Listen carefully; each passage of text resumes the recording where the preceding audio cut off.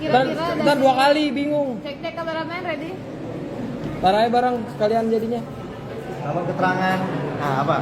Biar aku jawab nih. Enggak. Yuk mundur dikit dong, guys. Mundur dikit dong, guys. Yes. Guys, mundur, guys. Ini apa siapa? Ini Mas Hari sebentar. Man, sini man, cepat man.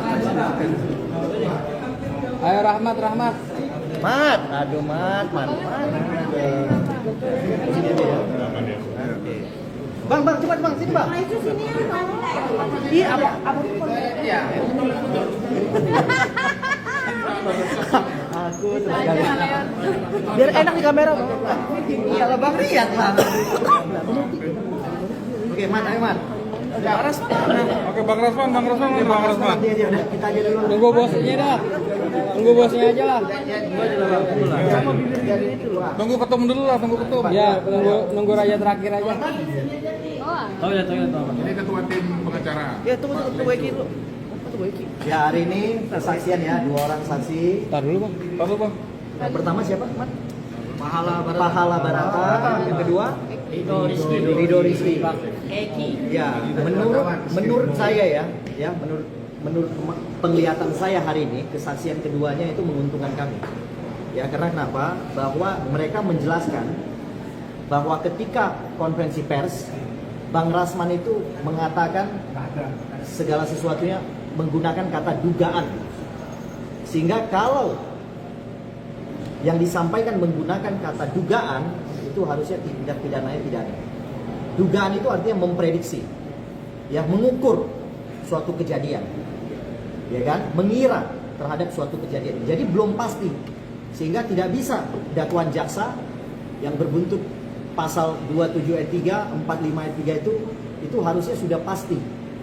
Dan yang disiarkan oleh wartawan itu adalah memang produk jurnalistik, ya. Mereka merekam, kemudian yang menyiarkan itu juga wartawan, ya kan. Sementara pasal 27 ayat 3 itu kan yang mendistribusikan. Kalau begitu wartawan lah nanti jadi tersangka, kan begitu, ya. Jadi jelas kesaksian keduanya hari ini menguntungkan Bang Rasman. Ya, oke, cukup dari saya. Bang Riyad, ya, diteruskan rekan saya Bang Riyad. Ya, baik, terima kasih. Apa lanjuti apa yang disampaikan oleh rekan saya tadi, Usmanan, bahwa memang persidangan hari sangat menguntungkan kepada klien kami Dr. Ran. Kenapa? Karena salah satu yang ada di BAP ini, Ibnu Makin, yang menyatakan bahwa tidak pernah menunjuk Dr. Ran sebagai kuasa hukum, itu sudah terbantahkan. Kenapa? Karena secara jelas dari saksi wartawan dari Cumi-Cumi yang menyatakan, yang dia dan live di Cumi-Cumi, dan dia menyatakan bahwa benar bahwa Ibnu Makin menyatakan bahwa semua dokumen-dokumen bukti yang diduga dengan melakukan pelecehan seksual yang dilakukan oleh Dr. Ran telah diserahkan kepada kuasa hukumnya, Dr. Tim dan Dr. Ran. Nah, itu jadi dia jelas di situ. Dan selanjutnya saksi daripada Pahala menyatakan bahwa dia tidak secara jelas tentang masalah tadi. Ada yang disampaikan bahwa menyatakan bahwa ada tadi semacam tekanan terhadap wartawan supaya tidak datang. Itu udah jelas tadi dikatakan bahwa dia cuma menafsirkan. Sedangkan ini kan saksi fakta. Jadi dia jelas secara fakta bahwa klien Dr. Ran tidak ada pernah menghalangi, merintangi untuk saksi itu untuk supaya hadir dalam persidangan. Itu secara jelas tadi sudah terungkap dalam fakta persidangan. Terima kasih. Mungkin dilanjutkan langsung oleh kita. Kalian kan tahu saya nggak pernah kenal, nggak pernah ketemu dengan Pahala itu. Dan saya chatting baru itu, nomornya juga saya dapat dari yang lain. Jadi udahlah, belajar aja dari kasus ini, belajar dari kasus Jam TV. Jangan nanti terseret masalah hukum. Saya malas saja berdebat. Orang memang diatur undang-undang pokok pers, Dewan Pers berhak menolak. Karena itu saya mengingatkan. Nah, tapi Saya katakan sekali lagi, saya tidak membenci majelis, saya membenci JPU. Justru saya menunggu keberadaan Dodi Ariansyah supaya dia bisa kami sikap secara hukum kan kita tunggu dengan rahmat Pak.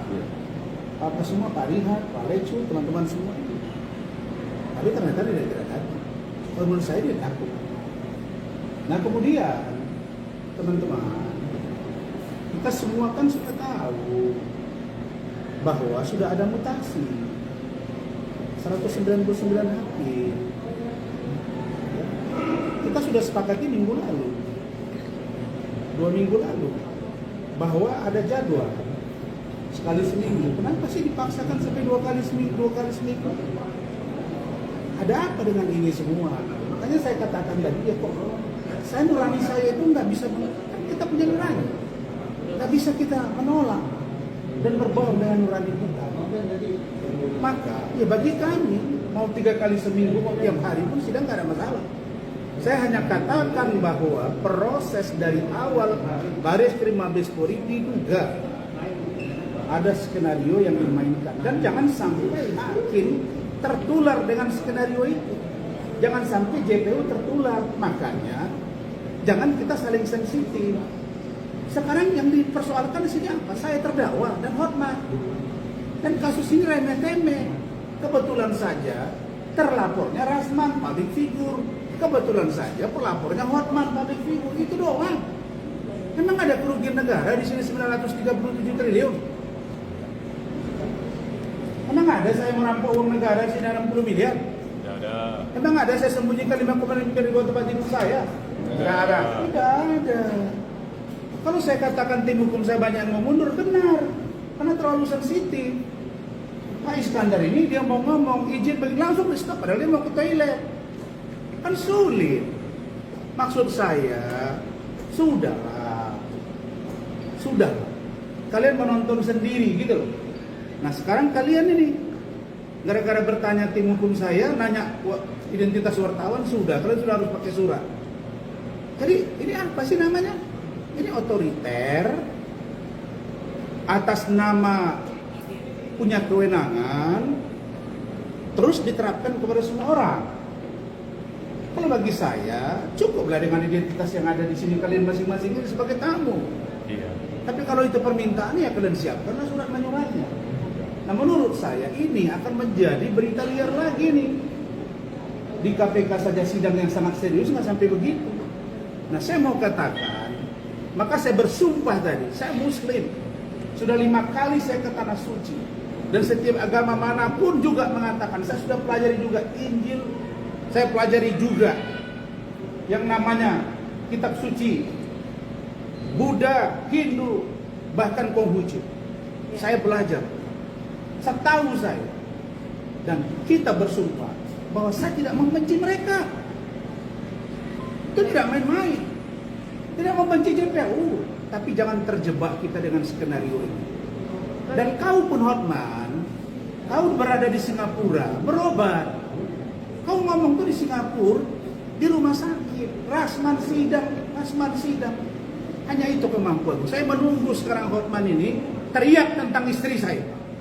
Coba kau ngomong lagi, istri kau tidak layak, tidak ini. Rasman ini ya. Coba kau ngomong, saya tunggu, ngomong kau. Jangan kau ngomong kasus, ngomong tentang istri saya kayak kemarin.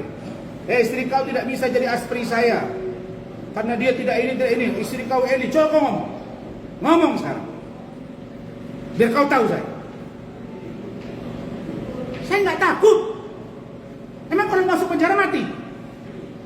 Hah? Tidak. Jangan dikira saya karena saya benar 1 jam pun saya tidak berhak masuk penjara. Kalau saya benar. Tapi kalau saya tidak benar dan saya berbohong, hukum. Karena itu saya menyampaikan ini seolah-olah saya ini sudah takut. Marah di situ, Basya dibekukan, Rasman sudah pengecut. No.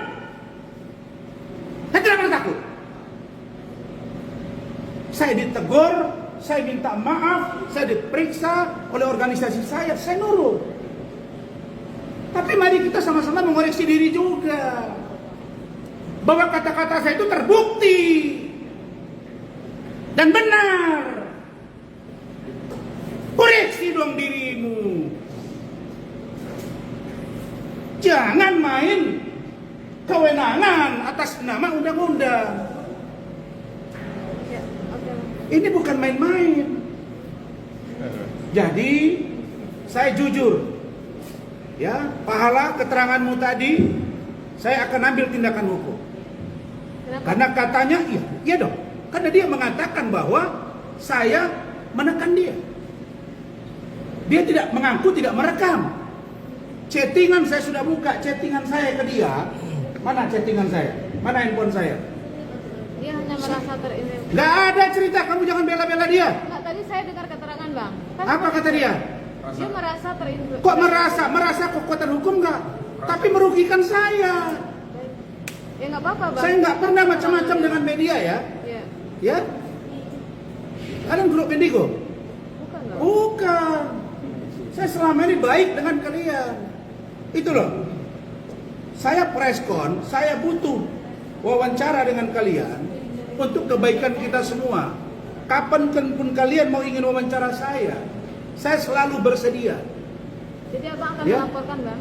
Saya akan ambil tindakan hukum terhadap dia karena dia mengatakan bahwa saya menekan dia. Apa buktinya?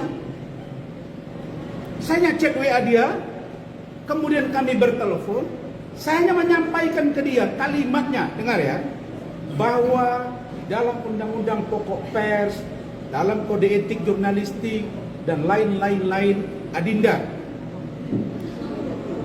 wartawan berhak untuk tidak, satu, bersedia diperiksa di kepolisian, diperiksa di pengadilan sesuai dengan urutan-urutannya. Misalnya Pemret, lapor dulu ke Pemret, lapor dulu ke Dewan Pers.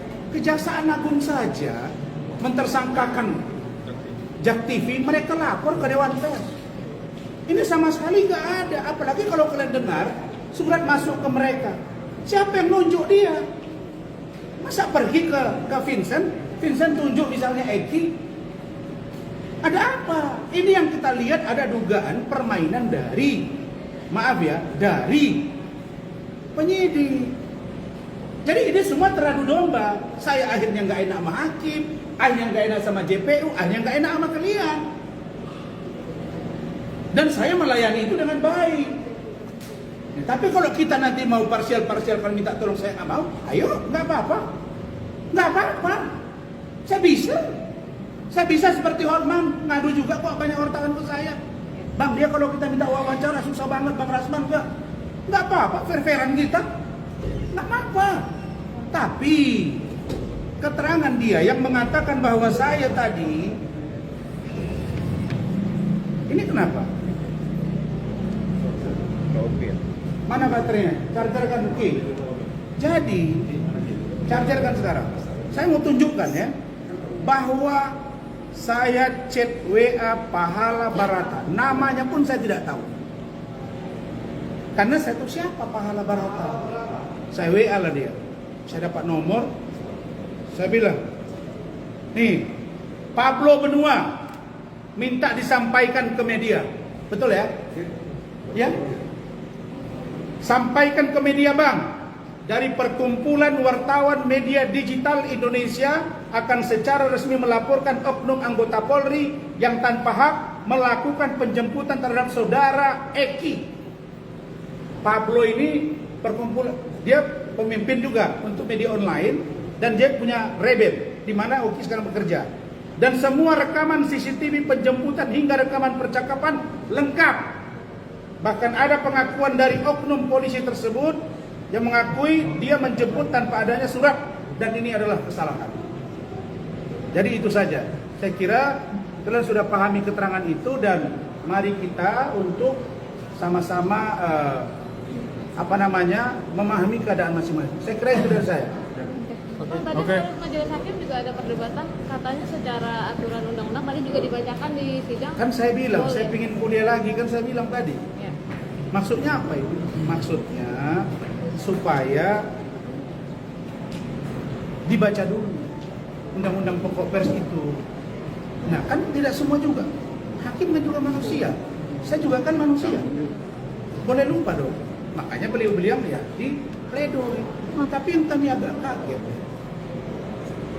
kan pergantian majelis hakim biasa, ya Mat ya? Kenapa kok kayak dipaksa betul ini? Dan ini kasus urusan petak sawah yang digarap oleh orang lain, kira-kira itu. Jadi saya memang mulai berpikir sekarang, kalau wartawan seketika bisa dipanggil memberikan keterangan dan wartawan itu bukan malah terima kasih, kita kasih informasi, waduh, ke depan kita punya perhitungan, nggak bisa lagi kayaknya kita sembarangan bicara. Baik, itu saja. Oke. Terima kasih. Kan udah tadi diumumkan. Nanti kalau kita ulang-ulang marah lagi majelisnya.